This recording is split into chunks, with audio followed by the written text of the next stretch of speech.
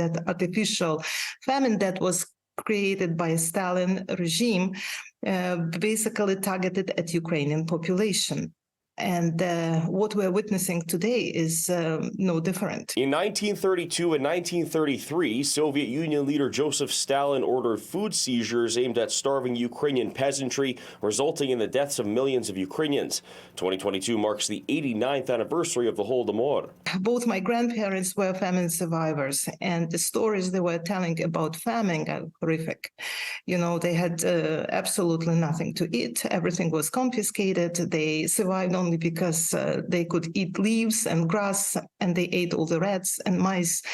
You know, all the stories were horrific. Irina Konstantiuk says it's now more important than ever to talk about the genocide because of what Russia is doing to Ukraine and Ukrainians now. We see how the Russian army is fighting against civilian population, how the whole energy infrastructure is being destroyed. And people in Ukraine today are talking about Holodomor and Holodomor. Holod means cold, because the houses have no heat. Ostap Skripnik from the Ukrainian-Canadian Congress Manitoba branch says Russia continues to use food as a weapon to destroy Ukraine. He says this was the case during the Holodomor in the early 1930s, and is the case now. Wherever the Russians retreat from or are forced out, they wreak havoc on the agricultural system. So they steal grain that's in the silos.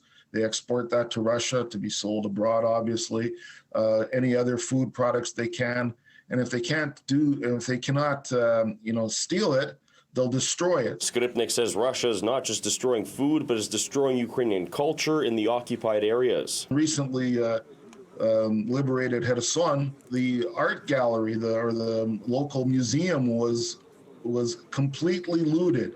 14,000 pieces of art and cultural heritage were stolen from that museum. It's like empty. It's as if the WAG was, somebody came in and cleaned out the Winnipeg Art Gallery.